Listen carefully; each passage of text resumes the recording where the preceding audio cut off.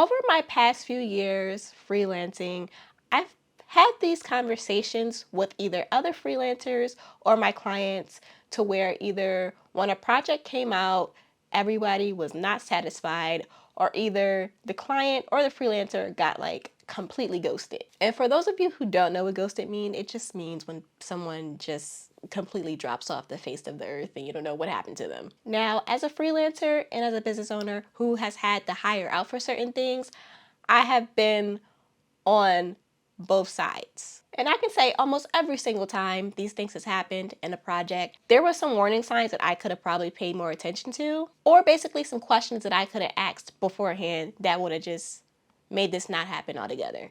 So today I'm going to give you 8 questions to ask before hiring your next video editor. So the first question that you can ask is, have you seen their work? Now I know this is a pretty simple question, but have you actually looked at it? And have you looked at multiple samples? Also, ask them, what was their role in creating this video? So most of the time, editors, they just don't do one thing. So maybe they shot it, maybe they came up with the idea. So, ask them these questions to sort of get a better idea of their involvement in their projects. And then the next question that you're gonna wanna ask, and this have to do with the first one, is, do they have the type of video that you're actually looking for? So can they replicate the style that you're asking for, basically? So today there is like multiple types of videos that people can edit and that you can use. So there's the Alex Harmonzi style videos, there's like Dan Coe style videos, there's like Iman Ghazi style videos. So do you see these type of videos that you want in their portfolio? And ask them, if you know what the type of style that you're asking for is, ask them, have you edited this type of video before? And do you know how to do that?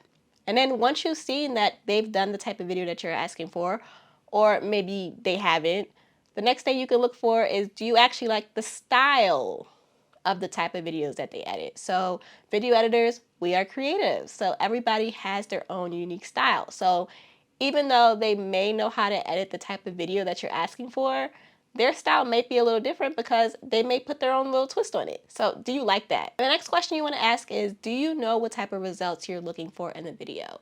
And I've said this before in other videos, but basically you want to have a purpose for every single video that you create, especially as a business owner. So if you're putting out a series of videos, are you looking for people to book more calls with you? Are you just looking to get more eyes on your page? Like, what exactly are you trying to do with these videos? This is also a good thing for you to let the video editor know so they can put call to actions in your videos. And then they also know who and what your video is going out for. So that helps them in the video creation process. If there is no goal for the videos that you're creating, first of all, I want to say that you're wasting your money. And then second of all, how will you actually know if the video performed well or not if you didn't have a goal starting out with? So, and then the next question is, have you actually spoken to this person on the phone, and do you like their personality?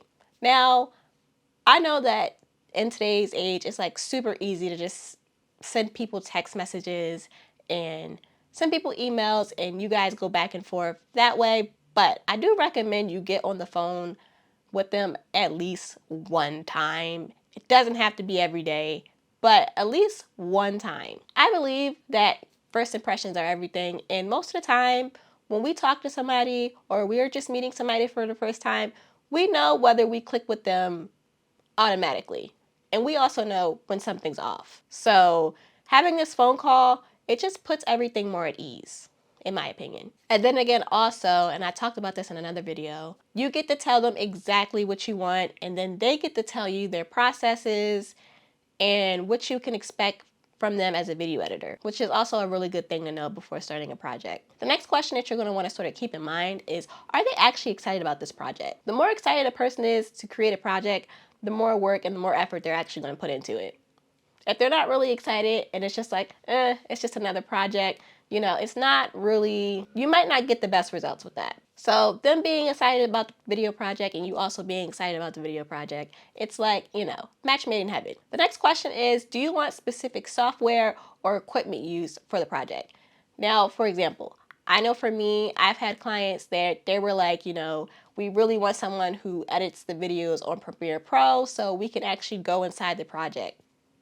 I don't know why they wanted to go inside the project when I was done, but I put it on Premiere Pro and sent them over the project files when I was done. Or another example is, someone reached out to me and he was very video tech savvy. So he was like, you know, I really want my videos to be shot in 4K at 60 frames per second. Now, that was probably the most video savvy client that I've ever worked with.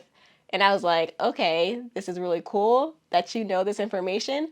But I had to let him know, I'm like, my camera shoots up to 4K, but it only shoots in 30 frames per second. And unfortunately for him, that was a deal breaker, which was completely fine with me. So again, knowing these specific things can really help. And the last question to ask yourself is, what is your budget?